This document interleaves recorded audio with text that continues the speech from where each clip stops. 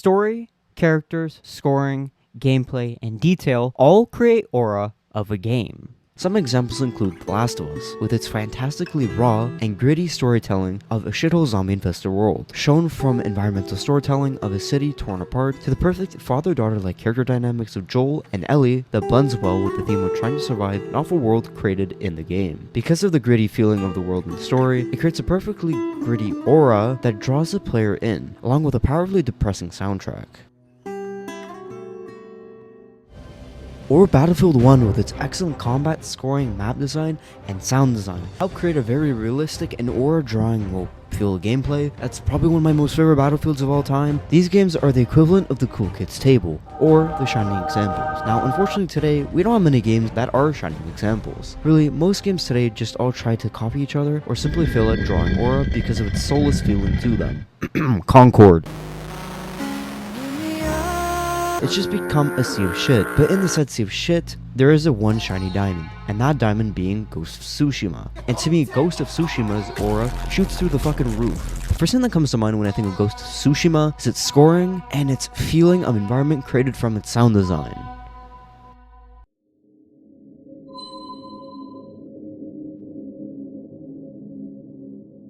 The cinematic feeling Sucker Punch was aiming for when it comes to creating this game with the sound of the wind, the sound effects, and animals mixed together is just fucking phenomenal. For example, when he's just chilling in the woods with his flute mixed with the other sounds of the beautiful animals, it's just great. Look at him. He's just fucking chilling over here.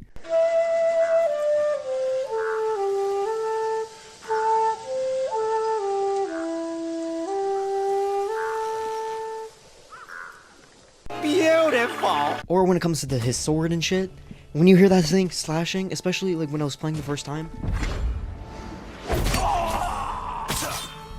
Damn, that's just fire. Let's see a little bit more of that.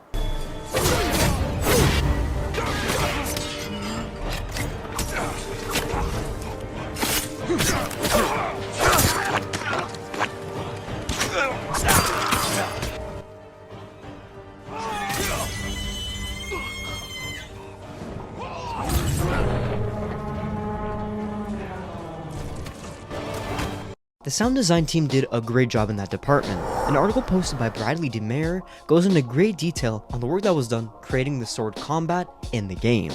And to my surprise, this wasn't done by vigorously stabbing a fruit in a sound booth like your prime season 5 Rick from Walking Dead. I already made you a promise. Or going ham on the fruit ninja style, but actually lightly stabbing a cabbage with a crowbar. But they also did a really good job making it sound like you're actually in the scenery with the sounds of the animals and the wind.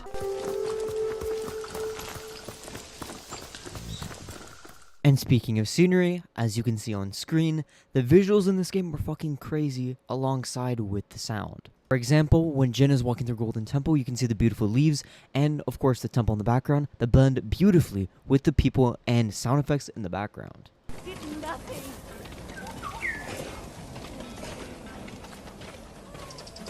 Making you actually feel like you're in the setting of where the character stands. It's just French kiss, it's sick. And also the detail within just the many different regions, like small areas, like pockets of the map, is also just great, and I would like to play a few clips of that as well.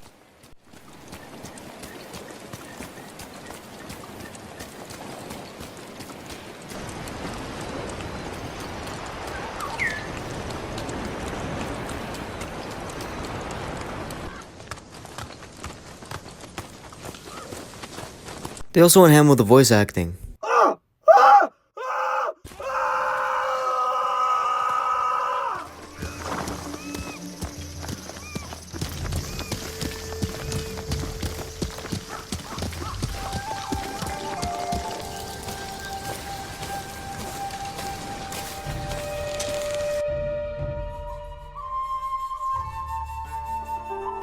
What also really helps pop the visuals is when you use the photo mode. Just look at these clips on screen. This game looks absolutely amazing. It was actually done on purpose because the map was also designed to complement the photo mode. Created by lead art director Jason Cornell, the first person who I'll be talking about, and select from the menu of a list of important people that contributed to Ghost's creation. Jason Connell and the team had spent a long time researching the island of Tsushima's historical landmarks, natural environments, and architecture. They spent a lot of time in Japan taking thousands of photos, audio samples, and notes to reference from to try and get as much of that research as correct and authentic as possible to carefully and authentically construct the game's map, while also spending an equal amount of long time making the photo mode reflect the map's lighting and cinematography that quote shapes up to be almost like a little cinematographer's playground, with the goal in mind of having the player want to capture or use the various beautiful landscapes and capture the breathtaking beauty of the game using the photo mode's various tools in its kit. It features basic tools like filters, camera rotation, and time manipulation, to hosting more fun niche features like having different conditions of Jin, like having him look clean, to looking like he just came out of a pigsty, or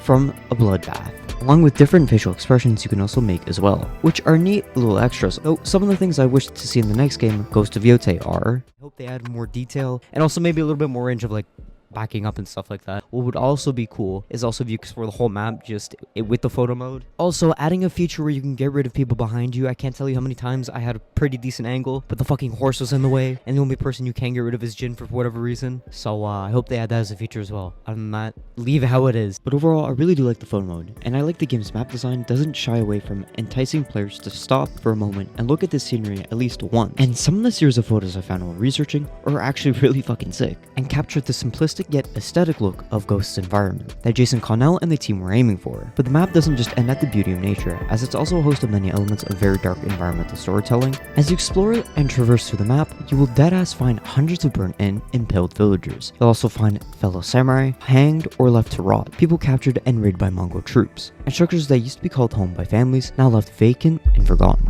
The beauty of the nature in the world of Tsushima is affected too when you find a once beautiful winter forest filled with life and animals, covered in a thick coat of snow, now completely burnt down and left with a new coat of black ash and death. The environmental storytelling within the map design delivers a heavy sense of urgency and highlights the desperation that Jin must be feeling every time he runs into a fallen samurai and or villager. And I like that as all the details aren't over the top and randomly placed without any reason, other than to show war is back, as it serves as another emotional reflection of how Jin feels, and serves as a reflection of how brutal and chaotic the Mongol invaders are, and remind the player why what they're doing in the game matters. As the actions you take playing as Jin, when seeing all of these details, push you, and thus Jin, to find and stop the Mongols and prevent them from causing more damage to his home and killing even more people. He tries preventing this from happening more by raiding and burning down Mongol camps or setting villagers held captive, and making them feel like the actions they're taking in the game actually do something to the overall story and world they're playing in. Though the beautiful elements of the map design and the brutality of the environmental storytelling aren't also just the pushing and motivation factors for the player to keep playing, as the game, at least to me anyway, has one of the most interesting mechanics integrated within the setting of the map. Wind, inspired by Jason's idea of wanting to highlight and invite intrigue to how the player might feel while standing still in the map, to the gusts of wind movement you see in older samurai films, to the historical tale of how the wind of a kamikaze foiled the Mongols' plans of taking Japan twice, and finally, representing through the wind that represents the spirit of the father of the main character Jin, also represents Jin as the fighting storm that drove off the Mongols. The wind system is amazingly simple and a great substitute for traditional guiding mechanics in games. The wind mechanic rids the boredom of a checklist-esque feeling you might get when following waypoints and compasses that bring you to a marked location. Instead, simply makes the player use the wind feed the player's natural curiosity to a place they want to explore, properly reflecting the philosophy of a concept called content density. Our content director, his name's Jeff, he talks a lot about content density and what is the correct density. Thinking about if you're currently doing something, you're going across the world and you run into something, how much further would you have to ride your horse before you might find the next thing? Or can you see the next thing from where you currently are? Like how dense is it? It allows us to, if we want to stand in one place, you just completed something and you should be able to, generally speaking, look around and find one more thing up on the horizon or see the shrine on top of the mountain. That works perfectly well and rids of the overuse mechanics of having a massive beacon or icon on the screen that constantly reminds you of where you need to go. And the wind allows to give way for content like fox dens or hawk springs to breathe and make you feel like you want to go to them and get the player to follow that fox and get some stats up and learn that you can actually pet the little guys or see where the little question marks could lead you. You can find fishing villages, towns, or camps full of enemies to massive camps, castles, and forts that you can visit, climb, and or fight in. The wind also guides players to find a host of interesting and not so interesting side stories. It could lead to a town that has a dark conspiracy of a murderous villager, spirits that haunt a forest, or a tale of a clumsy sake seller who's just trying to help, or a woman that you can't free from rubble. I don't know why that was never integrated as a quest or a little thing you can do. And that, in my opinion, the win system also really does a good job at saving my time, and thus the player's time, and money, because games are expensive as fuck nowadays, while playing. And a lot of games nowadays should take note of integrating systems like that, or clever and creative systems, instead of lazy game design and lazy mechanic systems like you see in your average Ubisoft game, that make traversing through a map feel sluggish, and doing all the side content as a task as opposed to something nice, as a side dish to the main story content. And that is truly the markings of a piece of peak fiction in this game.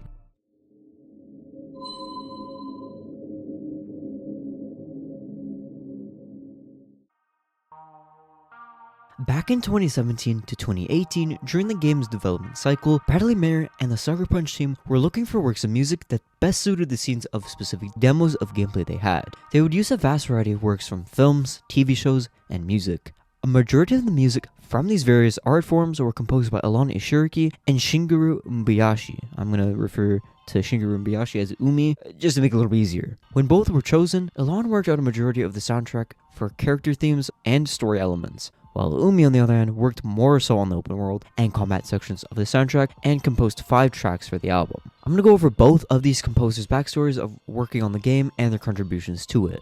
And I'm gonna start with Umi. Umi grew up on the coastal city of Kitakyushu. He first started making music back in the 80s with a band named Band X, that shortly disbanded in 1985. He quickly moved on to making music for movies, and here's a quick track from one of the movies that kind of put his foot in the door of the music industry.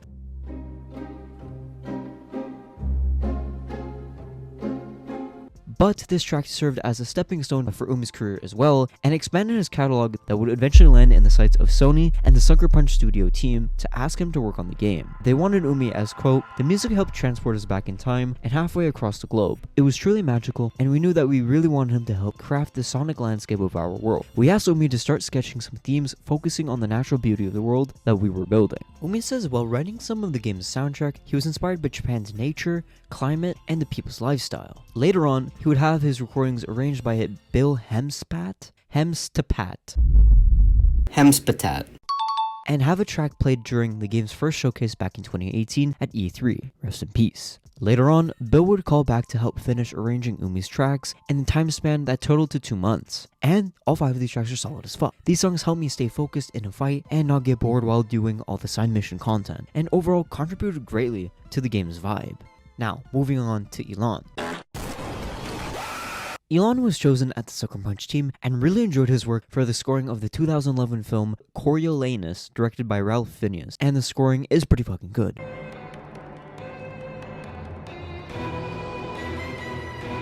And listening to the track, I can easily imagine how it could go well with the scene in the game. But when the team first hit up Elon, he wasn't too keen on working on the game's soundtrack, as he thought he would be working on another scoring project for a slice-em-up, dice-em-up game. Truth be told, I was not that keen, and the reason is that I thought, I brought my own prejudice to it. I just thought, this is, I don't want to do a game that is just about, slicing people up with a sword and violence and blood, and not because I've got a great big moral point of view on it, but just because creatively, I don't know how I connect to that. And for Elon Ishiriki, authentic emotional connection is very important for any project that he is a part of. Elon would even turn down various projects he was offered in the past to work on because he didn't feel that connection. But Elon had finally found that connection with the game when he emotionally connected with Jin's story. To quote, "It's all about how the people of Tsushima see him. He's their hero, strong, infallible, inspiring, and full of hope. But what really fascinated me about Jin is the contrast of what is going on inside him. In order to save his home and the people he loves, he must go against everything that he started to believe in and break the code of the samurai." Throughout the game, Jin is a character in deep emotional conflict, and this, above all else, is what drew me to Ghost, and becoming the main stage and basis for Elon's tracks. As Elon referenced his tracks from various points in Jin's story and emotional hoops and turmoils that Jin went through, such as dealing with fighting the Mongols, dealing with not breaking the code and letting his inner King Von out, that leads to one big final conflict in the story. Elon struggled to encompass that feeling though on the final track for the final fight, but prevailed and created, in my opinion, one of the most emotional songs for the final fight that perfectly highlights how his emotional connection to Jin's story is reflected into the track and thus into the player while playing the final duel, and generating a lot of aura for the game that I'll play now. But first, we must understand how and why Elon even wanted to emotionally connect to Jin's story and how it brought massive aura to the game by exploring another element, his creative approach to his art. As Elon doesn't just strive to have an emotional connection to projects he's working on, but also loves to strive for using authentic sounds and instruments in his works, and is very keen on not using fake instruments or drums in his compositions, so avoiding the use of computer-made sounds using a DAW like FL Studio or drum machines for, well, drums and sampling. Coming back to the film Coriolanus, in an interview with Academy of Interactive Arts, he talked about how the percussion for the soundtrack of the film was played live and not computer generated. I started with okay, we're just going to have these. It was his idea, just these very small bits of percussion. It feels like a subtle kind of sampling or programming quality to it, where things feel kind of chopped and manipulated, as I remember. Actually, everything was played live, but there was no reverb on anything. No, exactly. Everything. I'm amazed there's no splicing going on. Well, it's not. It's just really limited or really compressed and with no reverb at all whatsoever. Another important thing highlighted in that clip was that Elon mentions that he also doesn't like using a thing called a reverb. For those of you who don't know what reverb is, in short, reverb is essentially taking the sound of an instrument and enhancing it with a filter to make it sound more grand or filling in a musical piece than it naturally does. Now, he talks some more about not using reverb while working on the film Coriolanus in an interview with composer.spitfire.com, and then he aims for more of an authentic feeling of sound in his tracks. One of the things that myself, Ralph Phineas, and the producer Steve McLaughlin decided early on is to have no reverb whatsoever, so there's nothing to hide behind. The sounds are compressed and very in your face. He also goes on to highlight why authenticity is important to him and his works. I think authenticity is about being truthful, and so, for example, I won't use samples, I won't use fake stuff, I'll find another way to do it in my music. And the reason why is because if you use samples and to try to pass that off as a real orchestra, then you're duping the audience, and if you try to fake it, then it lacks authenticity and it lacks value. So Elon very clearly values authenticity and believes that the more authentic a sound is in a track, it immediately brings much more value and honesty to it. And this mindset and attitude is very clearly represented in the approach of how the instruments are replayed and organized in each piece for Ghost of Tsushima's soundtrack and why they sound so great. A list of some of the instruments that Elon used in the soundtrack of the game include, I'll try my best to pronounce the name of, the Satsuma Biwa, a favorite of Elon's. The Biwa sounds like this.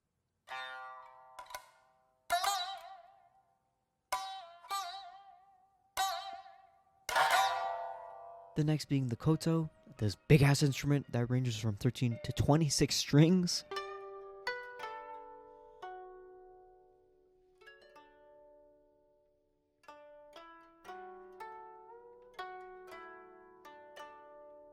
And it's featured in some of the tracks titled The Way of the Ghost, Lord Shimura, and shines mostly in the track titled Tales of Sensei Ishikawa. The next instrument that is used is the shakuhachi. It's a type of flute and it sounds so goddamn sexy.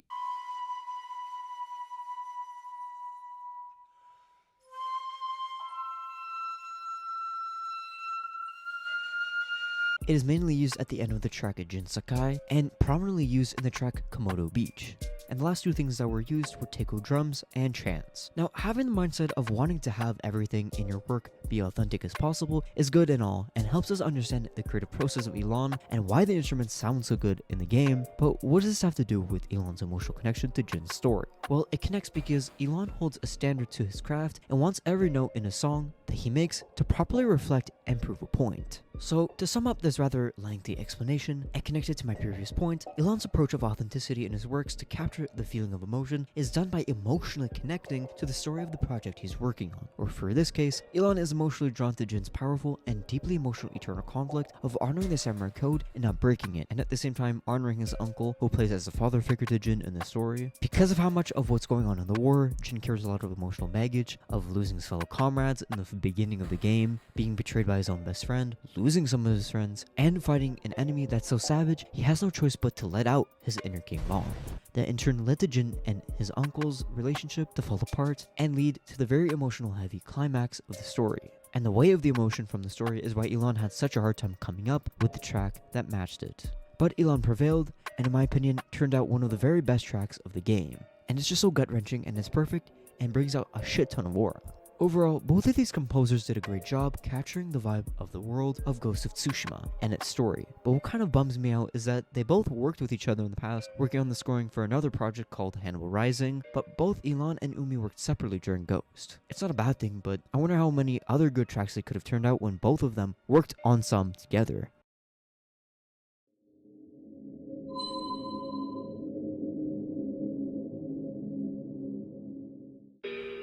Now, the story of Ghost of Tsushima exerts the most amount of aura out of everything that I've just talked about because the game director Nate Fox, art director Jace Connell, lead writer Ian Ryan, and the rest of the writers drew from many unique points of inspiration to create a raw and powerful story by telling the tale of what being a samurai is and what kind of moral struggles they deal with. By using the blueprint of the themes of what a samurai is, drawn out by the legendary film director Akira Kurosawa and his various critically acclaimed Fire films, to using real history as a setting and grounding point for the player to not only experience the story, but to also help simulate how it feels being and playing as a samurai, along with a bunch of other shit that I'm going to cover that amounts to this segment. But before we do all of that, you'll have to keep a few things in mind. The wonderful people that I just mentioned, it's okay if you don't because I'll bring them later when it's relevant for when we unlock them in the character unlock section, some scuba gear, and a decent attention span, as there's a shit ton of things that I'll be talking about. So, let's put your scuba gear on, look down, and dive into this figurative booty hole of this game's development.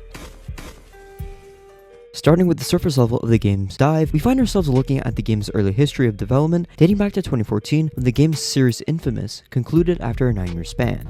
Nate Fox, the main game director of the Infamous game series and studio, had wanted to pivot the company into a new direction to create a new open world melee combat type game that wasn't connected to any previous IPs Sucker Punch had previously created, along with wanting to write a compelling and emotionally deep story with the character dealing with internal and external conflicts. Though when Nate Fox and the writing team had begun brainstorming multiple stories and setting ideas for what they could create with this story concept, they were quite adamant with where they wanted to go, as when they laid out a few ideas on the table, they were not 100% keen on using them. According to PlayStation Blog, some of these ideas were, quote, "Early on, we concluded that we wanted to build a large open world experience, and one that featured melee combat, but beyond that, we were uncertain. Pirates, Rob Roy, the Three Musketeers?" Now, while having more of an aimless approach of where they wanted to go, they at least had two goals in mind while starting a new project to aim themselves at least somewhere. As according to Nate Fox and Ghost Director's commentary, the two goals were at least 1. Visiting an interesting time period, and 2. A good job to have in that time period. Eventually, they centered their next big game in Japan and focused on the brutal reality of the job of a samurai and not being a farmer because, well, that's boring. We all know how that's probably gonna go.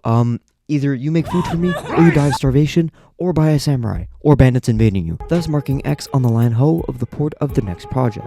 Though not having much of an idea of where to start next, as Japan has a huge, deep history, and on top of that, they wanted to challenge their creativity and avoid making a generic samurai game. And yes, I'm talking about you.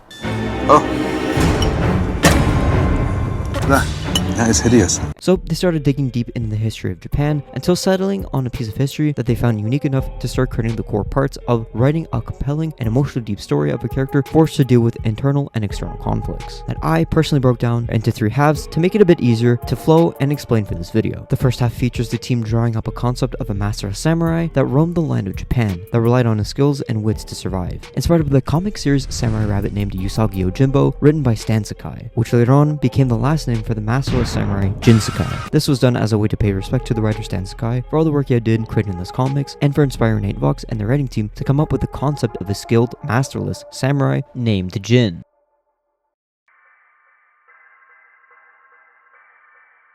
This marked the first of the 3 halves of the backbone of the game's development core complete, but at the same time, drawing more problems. As highlighted in the same blog from before, the other problems were what the hell was Jin's story and were his obs. And also, quote, could we structure a game and story that featured a relatable human experience, but also surrounded it with an anthology of other stories to explore, and how would we present the story? And to answer all these questions, are all held in the second half of the Backbone, when Nate Fox and the writing team grounded the samurai Jin in the time period 1274, the time period that threw Japan and the people into a tormenting time of uncertainty and danger, as Japan was one of the last countries in East Asia that the Mongol Empire had set their eyes on and were gearing up to set sail on, giving the writers material to highlight who is the main antagonist faction and who is at stake. The time period 1274 also answers the questions of what Jin's story is when Sucker Punch had made the unique choice of surrounding the main story conflicts on a smaller scale part of the Mongol invasion conquest of Japan, by having it take place on one of Japan's smaller islands, Tsushima Island, which was actually one of the first islands to get absolutely bombarded by the Mongolian and South Korean ships, which I wish the game did include adding a bit more variety to enemy types, but that's fine. But this smaller focus of conflict was done in order to make the personal conflict more relatable to the audience when playing as Jin, who's constantly fighting the Mongols to save his uncle held captive and who is his last family remaining left, creating the very personal and human connection between the player and Jin, because I think anybody would fight to save their last remaining family that they care about. Now, a majority of these points are quite surface level, but I'll come back to them later on when we dive deeper into the story and add more meat to these core bones, as I'm not quite done laying out the foundations. So, the external conflicts for Jin were laid out, and are quite simple, as he is the last standing hero of his island that must do anything to protect his people from a massive army that he must adapt and learn to defeat, in order to save his last remaining family, being held captive by them as well. But the simplicity of the external conflicts for Jin's story were done on purpose to not only make it easier for the writers to have more wiggle room to write more in-depthly about Jin's other conflicts in the story, but also seamlessly transition for the writing team to construct the final third of the game's backbone, Jin's internal conflicts. Now, from what I understand from my research, Jin's internal conflicts relate to 9 overall story themes that stem from Nate Fox's ideal beliefs of what defines a samurai. So, what are they? Well, Nate's ideal beliefs are discussed in an interview by Game Informer. Nate goes on to state that, quote, a samurai must sacrifice his honor and become something new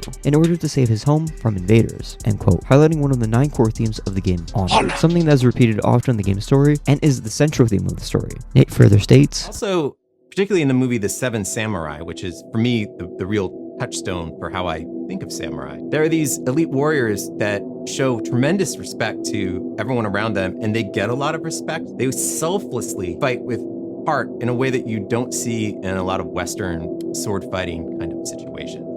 That's what makes them so admirable, is that they feel like they're morally trying harder than the rest of us, while simultaneously being elite warriors. Now, those two words also mean 2 more themes in the game, courage and compassion, that is displayed all throughout the game. Some examples include Jin's courage of getting all the people of Yarikawa to fight with him, and using compassion to fight for their home in the face of the Mongols. Or when Lord Adachi was sent in to spark fear into the Mongols, in honor for his home and his family. That all then blends into other themes such as warrior spirit and loyalty to his people and family, and much more that I'll get into later. Now, coming back to Seven Samurai, Nate also believes that the samurai must try harder than the rest of the people they protect to keep their honor and their code at all costs, as the others cannot protect themselves, and have broken who or what is there to protect. And that is the internal conflict Jin deals with when confronted with the enemy that he's never fought, as everything up until that point that he was taught from his uncle, fighting with dignity and honor, to reflect compassion and loyalty for his kind and code, all pretty much come crumbling down when coming face to face with the savage brutality of the Mongols all alone. Though there is much more themes that are also shown in many other parts of the game that I'll get to later that add on to Jin's struggle and the overall story of the game. As for right now, I want to shift your focus to the importance of knowing the film Seven Samurai is not the only work of Akira Kurosawa that Nate Fox and the writing team had used as a blueprint to establish the total 9 themes that are prominent in Ghost. Those 9 themes being courage, warrior spirit, revenge, honor, heroism, wisdom, loyalty, compassion, and struggle for justice. It all connects to Jin's personal struggles within the story that thus completely combines the 3 halves of the story's backbone, creating the full core of what is to come in the story, which is displaying how the story's 9 themes explore and force a skilled, quick-witted samurai that roams Japan without authority of his uncle, that causes him to eternal conflict between staying bound to his family code and honor, and having no other choice but to sacrifice his honor, loyalty, and compassion for his family's code, to become a literal warrior spirit in order to save and define his people and home. So now that we've explored and established the surface level information of how the backbone and core concept of Ghost of Tsushima came to be, we can now deep dive into the next level and explore how impactful Akira Kurosawa's legacy was for the development of Ghost and how it is reflected in Ghost's story.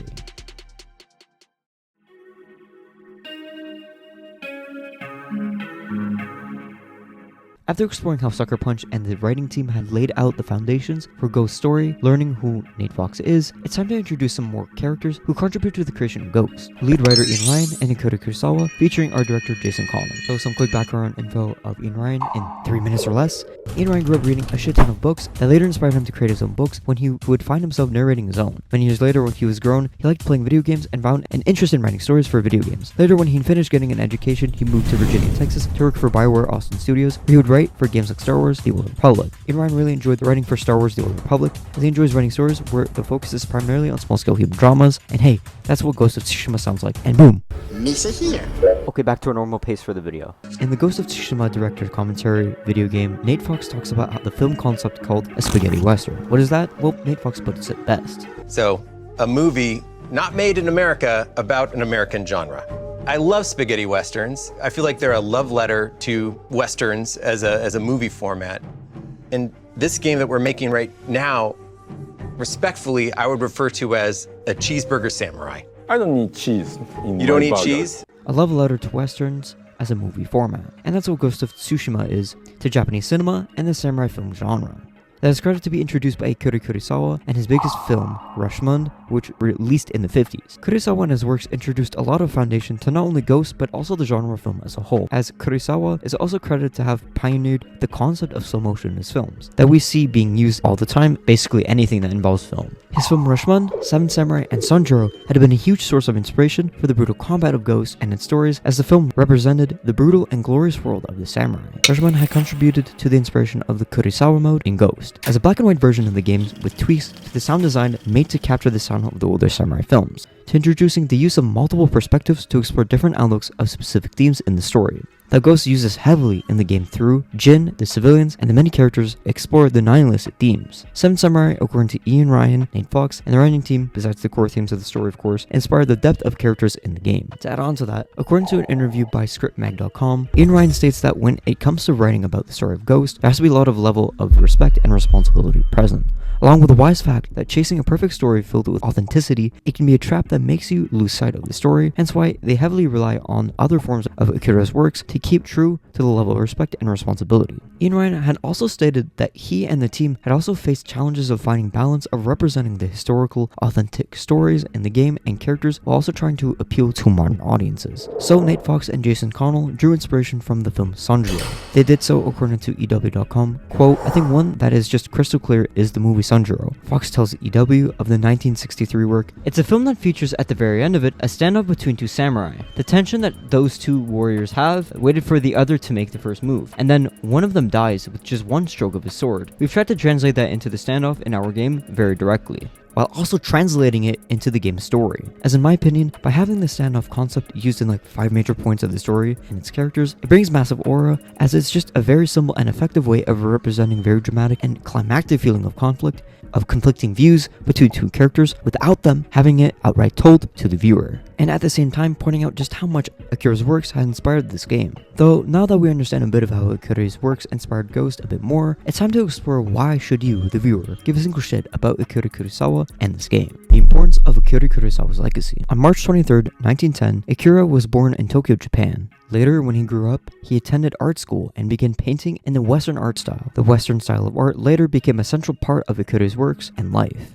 and he really cared for attention to detail and depth of art. Though he said fuck painting later on and went into working into other forms of art like theater and literature. Akira enjoyed indulging in literature works of Shakespeare and others alike, drawn to their stories that contain humanistic views, though when he wasn't looking into other works of literature, he was interested in 2 major art forms of theater called kabuki and no. According to JapanGuide.com and YouTuber Let's Ask Shogo, no was a form of 14th century Japanese theater created for samurai. No theater represents encompassing emotions that dominate the main character with range and sadness in the story, shown through dance and poetry that helped construct a complex of emotion, all displayed on stage with simple decor and actors, with masks that all represent themes of dreams, supernatural worlds, and ghosts and spirits. Kabuki was theater for the public and uses a much wider variety of props, costumes, and stage direction when performing. They use style of movement to convey the meaning of emotions to the audience. It also features a unique section of a stage called a footbridge, a bridge that went in between the audience, allowing a dramatic entry and leave actors. As the plots from the stories centered in themes of moral conflicts, love stories, tales of tragedy and conspiracy, and warm-hearted dramas. Both the literal works of Shakespeare and other writers and classical Japanese theater both educated and inspired Akira's films that he would begin to work on when he became an assistant director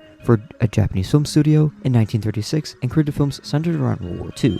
Within 5 years, Akira developed a keen eye for scenery and writing. He'd also written an iconic concept of a scene of two samurai getting ready to scrap to the death with tall grass swaying in the background to help encompass the emotional weight of the characters' conflicts. This conflict was created from his core belief that any frame of film should be as good as a painting to be put on a wall as art. After grinding for so many years, Akira was promoted to lead director in 1943, fully allowing him to have complete control of the process of films he had made and embrace his humanistic point of view. The themes of kabuki, moral conflicts, love stories, tales of tragedy and conspiracy, and warm-hearted dramas, and the themes of no, the themes of dreams, supernatural worlds, and ghosts and spirits would all be sources of inspiration for Akira to create his own, which were, quote, human dramas centered around compassion, honor, and struggle of justice. These themes would then become present in his two biggest films that he would release in the 50s, Rashomon 1950 and The Seven Samurai in 1957, along with a catalog of many other great films that shaped his legacy greatly. The one major part of his films that helped spark intrigue for audiences from around the world was Akira's heavy focus on the characters within his stories, as a majority of his films' stories were concentrated around humanistic views of a person's place in the world and their relationship with people around them, something that Akira struggled with himself for a good portion of his life. It got so bad that at one point in his life, he had almost taken it back in the 70s. Akira would explore these themes of struggle in depthly in his films that in turn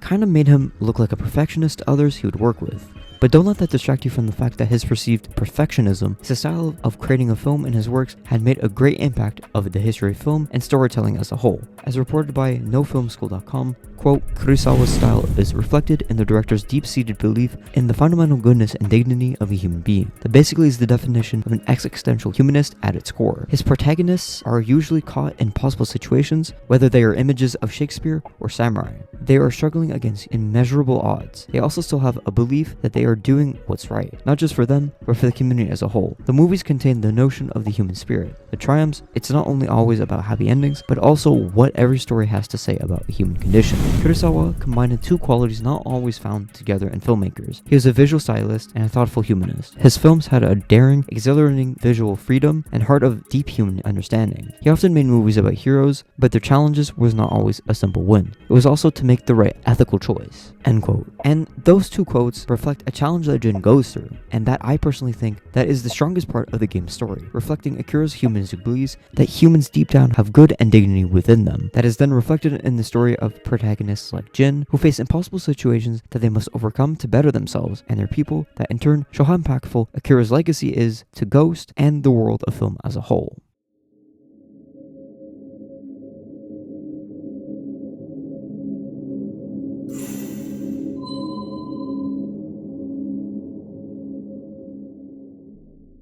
Seven Samurai crawled so Ghost of Tsushima could run. What do I mean by that? Well, the game's development actually almost never came to fruition, but Jason and Nate Fox's strong love for the samurai film genre, or Akira's films, was the driving force to push through the furor to bring Ghost to life. Stemming from Akira's stellar film, Seven Samurai, that introduced to the West Kurosawa's humanistic beliefs, shown through the characters' actions of sacrifice, honor, and understanding of the quiet strength of doing what's right with the cost of losing everything. Those beliefs stuck with Jason and Nate for a long time until they shaped the very soul of Ghost of Tsushima. So that's why I said Seven Samurai crawled so Ghost could run, as Seven Samurai's story, plot, and characters became the foundation for Ghost's backbone, and transformed them into a beautifully crafted peak fiction story of its own that reflected Kurosawa's humanistic beliefs. Beginning with the plots. The plot of both of these stories share a similar premise. Seven Samurai takes place in a poor farming village with three main villager peasants, Rikichi,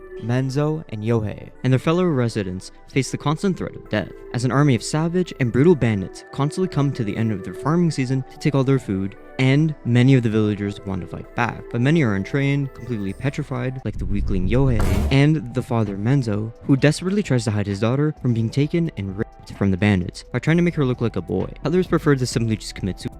rather than face their threat. Though, Rikichi, Menzo, and Shinzo man up and decide to face the challenge and look for a samurai to help them. Eventually, after some struggle, the 4 peasants come across and assemble a group of 7 samurai who all made the honorable and selfless choice of bravely taking on the challenging situation and teaching the villagers to defend their home, but not in just combat training, but through demonstrating and teaching courage, compassion, loyalty, and the rest of the other themes, in hopes of achieving victory in the coming fight of the bandits. And looking at their small number of quality fighters, and a few questionable ones, it seems like hope is all they really have. But they don't hinge their hopes of achieving victory on the idea of getting power, food, or money. Rather, they hinge it on the selfless belief of the code of honor that what they're doing is what's right for them and the village too. Now in Ghost of Tsushima, we see those same impossible odds of victory displayed when a small but brave army of 80 samurai stand on the shore of Komoda Beach that are all ready to be Fighting to slow the invasion. Today, I die for my people. There must be thousands of them. We will face death and defend our home. Tradition, courage, honor. They are what make us. We are the warriors of Tsushima. We are samurai! Nodadachi, go break their spirits. Outsiders! Send your finest warrior to face me! Nada, Jinnida.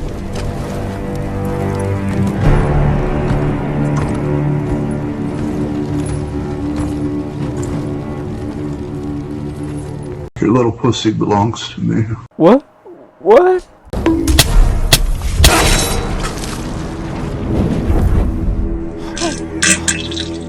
Yeah, that backfires horribly and ends up getting all of them killed, leaving their leader, Lord Shimura, captured from the Mongol leader, and Jin left wounded and, from the looks of it, half dead as well. However, Jin is saved and nursed back to health by a peasant named Yuna. Shortly after, Jin tries to save his uncle on his own again and quote, I have come to avenge his honor. oh shit, he's really about to solo this whole thing, like a truly badass Sam. Jin's fall into the water depths below not only symbolizes his fallen hope of saving his home, but also his massive fucking aura debt. After, Yuna comes to find him and finally convinces Jin to help her save her brother, who in turn can help save Jin and his uncle, Lord Shimura, sparking a new hope into Jin through his selfless efforts of perceived right choice of helping Yuna and his fellow last remaining samurai, Avengers Assembled, in turn, help him achieve his goal of saving Lord Shimura and recover from his major aura debt. Now let's pause for a minute. What's the connection? What does it reflect of Akira's belief? Well, both plots feature its main characters taking immediate action to help others, based on the Samurai Honor Code. The code that states, in the choice of taking action to help one or more individuals will ultimately better themselves or individuals they're helping. But what makes this concept not simplistic and more complex is how each character in both stories have their own unique but still somewhat similar personal reasons for following it. As the similarities between these two stories don't just stay within the plot, as they expand and become more complex when viewing the mentor/leadership characters, supporting characters, side characters, and many other character types that reflect those dynamics and add complexity to Akira's belief. Before we continue, I'm gonna try my best pronouncing these names, so if I pronounce them wrong, I apologize. Alright, let's try this. We're gonna first cover the leadership role characters. Both Shimura's and Kambi's relationship with their students are structured similarly, with lessons of master of control of emotion, following the path of their master, and finally the result of their teachings, though both relationships start and play out differently. Kambi and Katsushiro's relationship begin with Kambi refusing to teach him, as he sees him unfit, impatient, and simply has grown too old and tired of being on the losing side of war, and refuses to feed his fear of seeing any other fellow samurai dying in the hands of it. Whereas Shimura has the opposite outlook, where he would gladly just spend time training, building up Jin to be a skilled warrior. As Shimura and Jin's relationship begins with Shimura willingly accepting to train Jin because of the tragic death of his father. Your father fell in battle saving his only son. His reward is a warrior's death. Your father's spirit resides within this blade. Tomorrow, you will come to my fortress as my ward. Hoping one day to adopt Jin as his son and be the heir to his clan. Jin uses his father's death as a fuel to religiously follow his clan's virtue, and also Shimura's honor code. Loyalty to our Lord, control over our emotions, and honor to fight bravely and uphold the legacy of Clan Sakai. What does honor mean to you? I guess protecting people. The ones who can't fight for themselves. You have a good heart. But first, we must show everyone that we serve our Lord with courage, integrity, and self-control. You say that like it's easy. It's never easy, Jin. I struggle with it every day. Following his uncle's code, Jin hopes that it will guide him down an honorable path that he found himself off of when failing to save his father. Like Katsushiro, Jin struggles to master his emotions when storming into a whole-ass castle to save his uncle, and well, we saw how that played out already. Though, for Katsushiro, his lack of control is shown when he acts out to Ed, and Eddie over here, rage-baiting him with a mockery of the former struggle, forced to end by Camby's hand, and convincing Camby to make the humanistic choice to agree and help the villagers and teach Katsushiro, while also hoping that it might lead to a path to get over his shell shock. So Camby's first lesson for Katsushiro is teaching him to have better control of his emotions.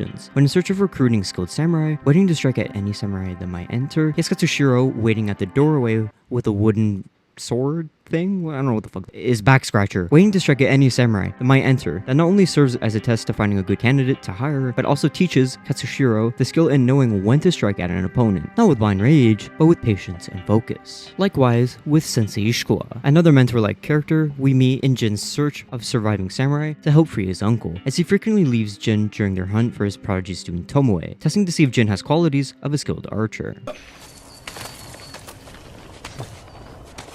You need a hand, Sensei?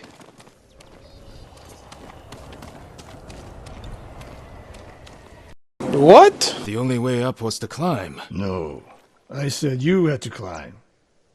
It's good exercise. Sensei Ishikawa also instructs Jin how to fight an enemy when he gives him crap for attacking with blind rage and without patience and focus of an honorable samurai. Sakai, the way you fight, it's not your uncle's way, and it's not mine. We've never faced an enemy like this. I do what I must to defeat them. A samurai is a guardian, not a killer who darts around like a thief. You didn't see Komoda. I've seen enough. I know it was brutal, but I won't train another monster. I know. I won't let that It happen. is almost identical to when Camby gives crap to Katsushiro for wrongly approaching the way of being a samurai.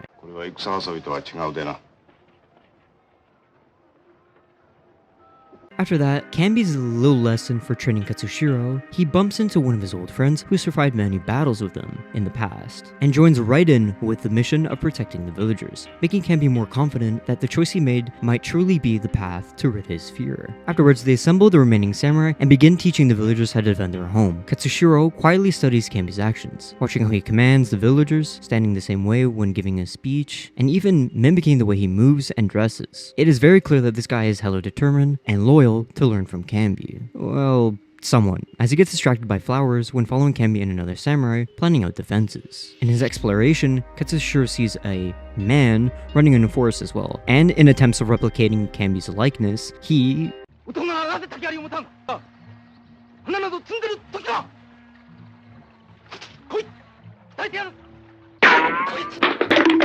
And in his hot pursuit of chasing this, quote, man, Katsushiro doesn't catch a man with hots, as he learns that he is actually a she, the daughter of Manzo. And throughout the rest of the story, he struggles to balance with following his master's footsteps and his newfound love interest. Jin, also like Katsushiro, also struggles to follow the path of honor because of a girl. Yet Jin's reason is far more complex and less surface level than just romance.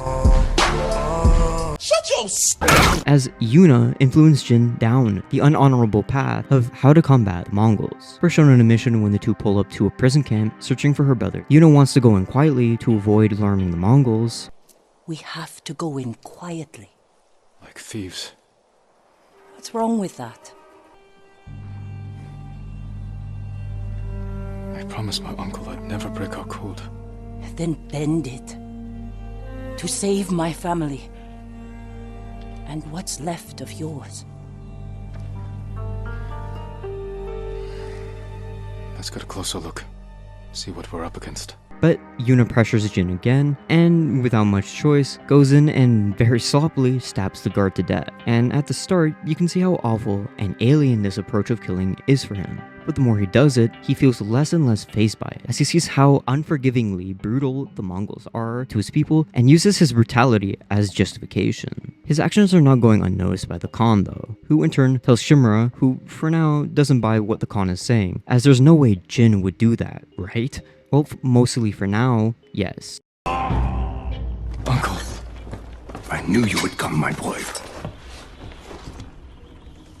Your father would be proud. I live to serve you, my lord. You look well. We will defeat the Khan, but I can't do this without you. I heard of your exploits while I was in prison. Your methods were brutal, impulsive, without honor. I did what I had to. For you. I know, Jin. But Shimura gives Jin crap for his actions and says if he continues down the path of dishonorable evil, he'll disown him, marking the first sign of Jin and Shimura's relationship's threads coming undone. Though, unlike Kambi's relationship, as he tightens his threads with his newfound samurai friends and pupil, showing that if he never took the role of leadership and teacher, Kambi might have not have actually found the chance of letting go of his fear and trauma of war. And one way Kambi shares laughs with his friends stems from trolling the spastic yet charismatic Kikyo, who claims and desperately tries to prove to be a samurai that many people, including the viewer, at first assume it's just because he's a naive fool. Though you learn that there's much more to him, as he hosts traits similar to the character Yuna. Both are slick, cunning warriors. Yuna is very resourceful and convincing when she wants something. Kikyo also displays resourcefulness when comically but cleverly stops a bandit scout from getting away and spying on the farm, or the time he tricks a bandit to give him a gun.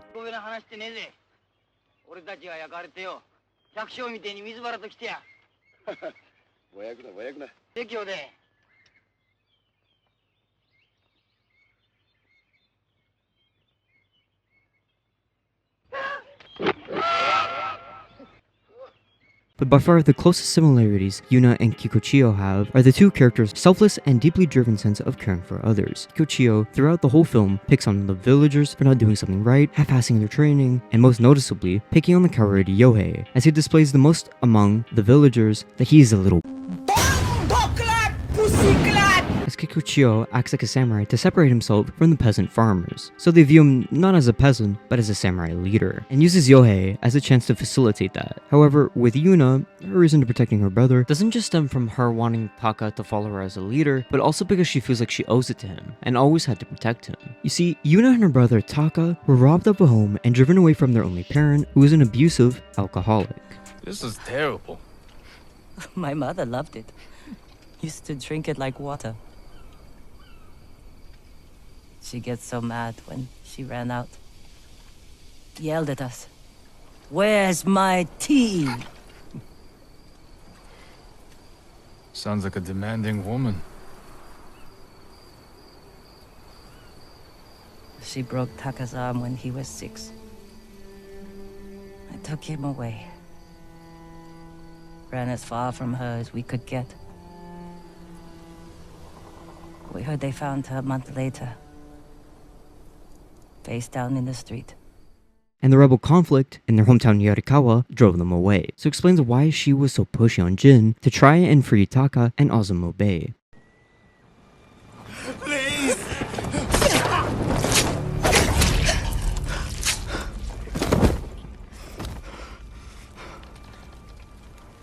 Yuna, Taka!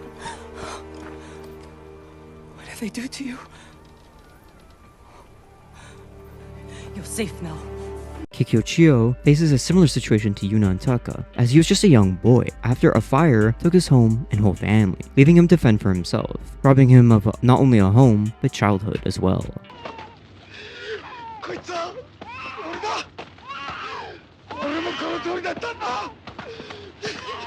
As he was forced to grow up and fend for himself, but couldn't even fully learn to do that as he had no parents to guide him through the joys of childhood and grow up to be a man. But what's different from Yuna and Taka was that in his aimless and immature direction of finding himself, he learned what a samurai was and tried to take the mantle of becoming one and following their code of honor, and explaining why, when he ran into Kambi and the others, he basically forced himself into the group. Now moving on from that, Kambi struggles teaching the villagers self-control, and the villagers crowd around the bandit that Kikuchiyo and another samurai named Kyozo captured.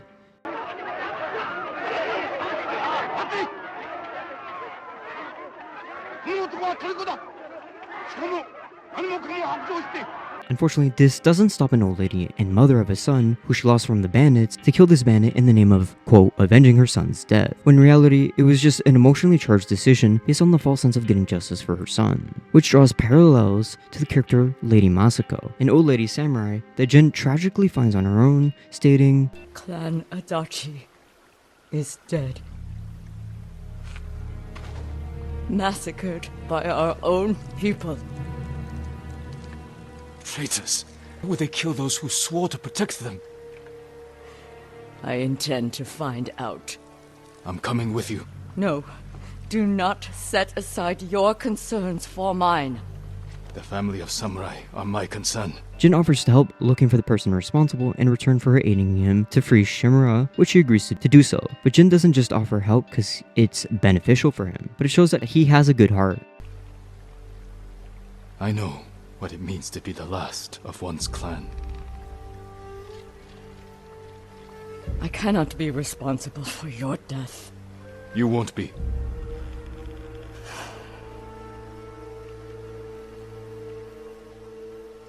Ride with me. I tried to save them, but the assassins caught them on the road. Cut them down. My sister. My grandchildren. Even little Natsu. She was just born. All I could do was bury her with her mother. Though, in every mission, you see Lady Masako become more and more blinded by rage to get revenge for her family's murder. Drop it! Masako! It gets so bad that she even attacks Jin. You betrayed my family. Run! If we fight, Mongols win! They already won.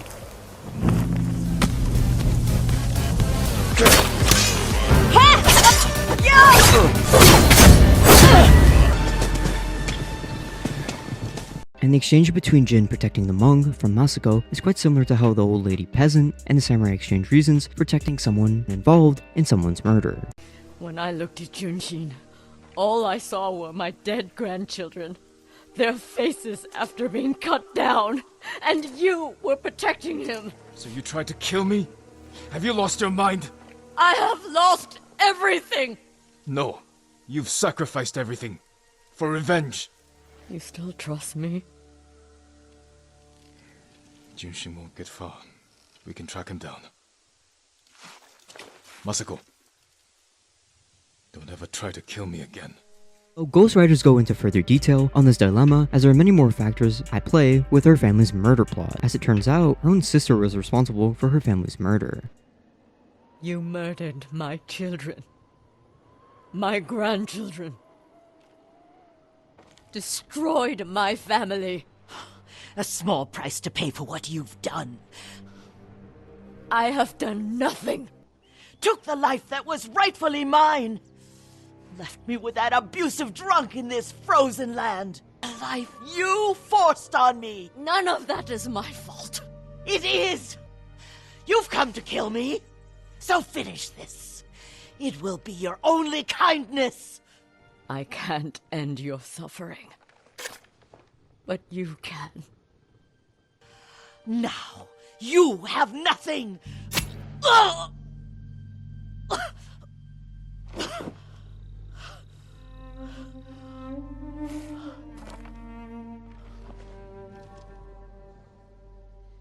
Lady Masako's tale serves as a lesson for Jin of the cost of going down such a path, and similarly to Kambi, when you see how the old lady's eventual murder of the bandit takes a toll on him, reinforcing his fear that conflict will inspire others, like Rikichi, to act recklessly. Now I mentioned Rikichi, as when the samurai watch over the farmers working, Kikuchiyo gets excited seeing village women, which provokes one of the samurai named Heiochi to make a little joke to Rikichi to hurry up and finding a wife, which results in him running away upset. The gang tries to find him, but can't until later on when Heiochi finds him, and has a little nice chat with him about sharing his feelings and that he shouldn't bottle them up, and finishing the convo with,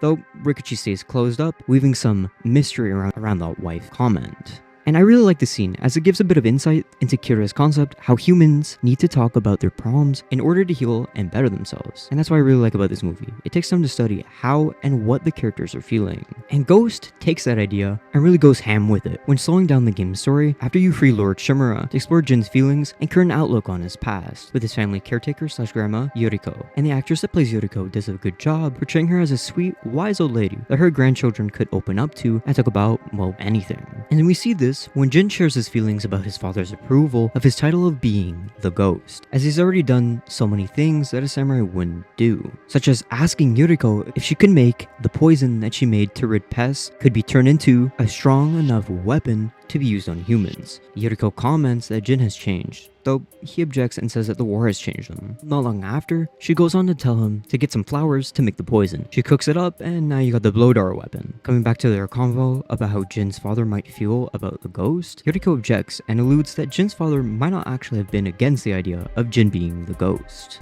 I wonder what your father would make of the ghost. He would disapprove, like my uncle. Don't be so sure. They argued often. Kazumasa thought your uncle too rigid, willfully blind to possibilities. Kazumasa had imagination. Imagination? My father? You're like him in more ways than you know. And in sections of their conversations, we see that Yuriko's sickness gets worse, and at times mistakes Jin as his father. Kazumasa, I do enjoy our rides together. Did you say Kazumasa? Did I? You ride with your father's grace. Are you tired, Yuriko? No, Lord Sakai. This is the best day I've had since our afternoon at Lake Omi. I don't remember that. You are sure that was me? It was so long ago. You must have forgotten. And later, her condition only gets worse, and it gets to a certain point where she starts hallucinating things. Yuriko! Her horse isn't here. She rode off. Yuriko, are you hurt? No. I got lost. Where were you going? I saw my mother. She waved but kept walking. I had to catch up. I'm bringing you home. No. My mother. I have to make an offering. You do not. Please. For all the times I've done as you asked. Come with me. Let me pay respects to my mother. And eventually, Yuriko's memory and her health fully deteriorates. And seeing how Jin treats her shows not only how kind he is, but truly how well written this game's story is as well. That night, you brought little Jin to me. And he was so sick after all that time in the forest. We had already lost Lady Sakai. Kazumasa, are you listening? I'm listening. I made him drink that remedy my mother taught him. We sat by his side the whole night. You held my hand. Do you remember? Yes, I remember. That night, I was so scared. So sad for little Jin. But I was so happy. Does that make me a bad person? No. When you taught me how to ride, The day we rode to the onset, the sunset was red and full.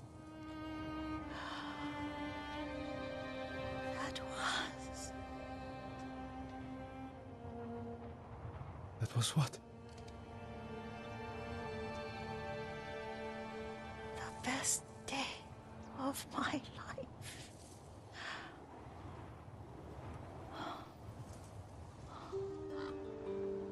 It's dark, Kazumasa.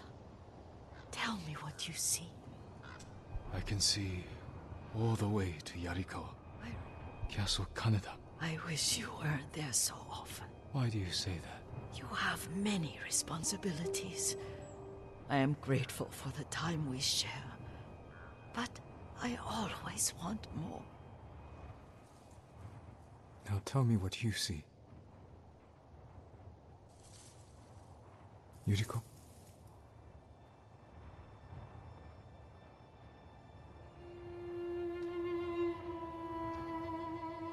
Everything written in these set of missions is very well done and adds lots of aura, from the somber but not corny music to the amazing visuals of the cliffside to perfectly written set of missions that goes into great lengths of Kurosawa's idea of why it's important to open up, as the discussion segments of Jin's father made it even more clear to Jin that the way he approaches becoming a ghost might not be as bad as he thought it was, and maybe following the honor code isn't actually the way.